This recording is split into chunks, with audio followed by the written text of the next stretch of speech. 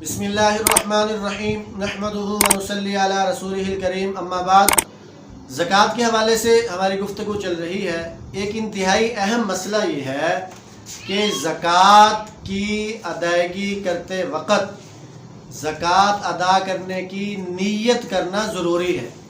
اگر کسی شخص نے کوئی رقم دی کسی کو، مستحق کو، غریب کو، لیکن زکوٰۃ کی نیت نہیں کی، ویسے ہی دے دی، تو اب اس کی یہ رقم بطور زکوٰۃ کی ادا نہیں ہوگی۔ جیسے بغیر نیت کے نماز نہیں ہوتی، بغیر نیت کے روزے کی نیت نہ کی جائے تو روزہ نہیں ہوتا۔ روزے کی نیت کرنا ضروری ہے۔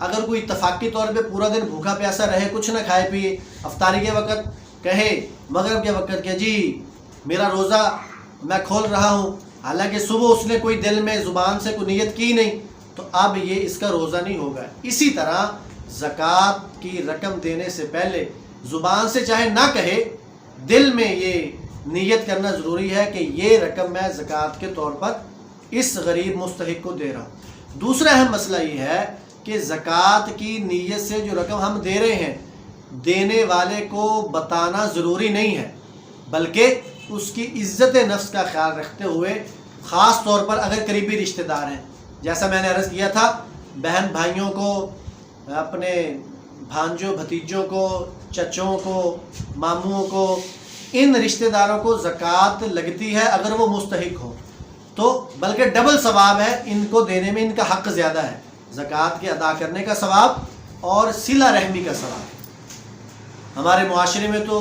بہت پروگرام دوسرا چلتا ہے، ہم ان لوگوں کی بھوک دیکھ کر خوش ہوتے ہیں اور ان کی تنگی کو، ترشی کو، تنگ دستی پر ہم خوشیاں مناتے ہیں کہ اچھا ہے، صحیح ہے، اس کو ایسے ہی رگڑا لگے۔ حالانکہ ہمارے دین اور شریعت میں ایسی بات نہیں ہے۔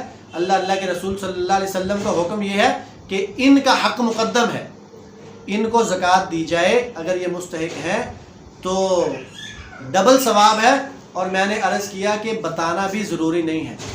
کسی بچی کو جو مستحق ہے، جہیز کی کوئی چیز لے کے دے رہے ہیں زکوٰۃ کی رقم سے تو ٹھیک ہے، کسی کو بطور عیدی کے نیت کر کے زکوٰۃ کی وہ دے رہے ہیں تو آپ کی زکوٰۃ ادا ہو جائے گی، یہ بتانا ضروری نہیں ہے۔